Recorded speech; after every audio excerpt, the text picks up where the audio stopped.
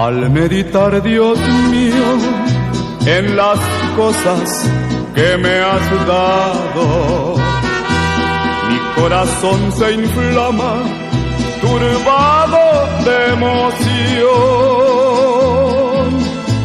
que no encuentro palabras con que expresar, mi Cristo, el agradecimiento de mi alma para ti. Cambiaste tú mi vida, le diste esperanza, y desde aquel instante mi alma recibió un gozo tan sublime que al pasar de los años ha sido cual la fuente de mi felicidad.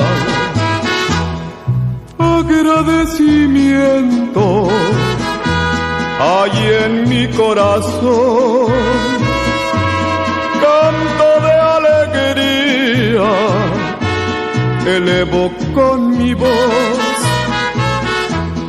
Muchas son las cosas que mi Dios me ha dado, y en agradecimiento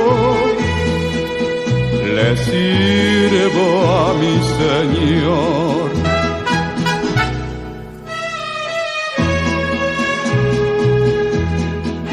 Gracias, Cristo, gracias, Señor, porque son muchas las cosas que tú me has dado en la vida.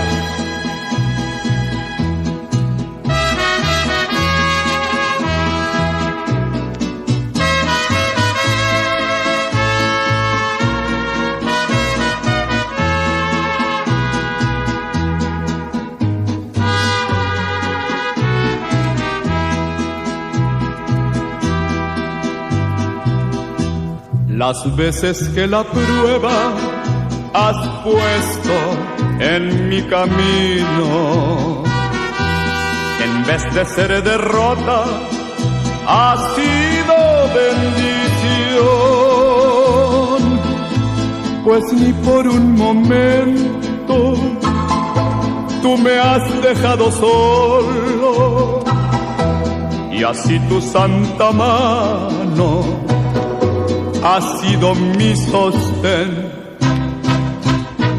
Permite que mi vida yo ponga por servirte,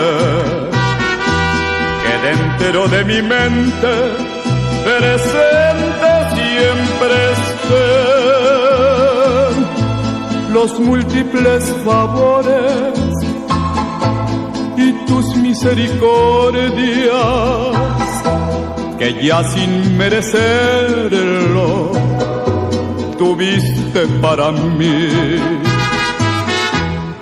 Agradecimiento hay en mi corazón, canto de alegría elevo con mi voz.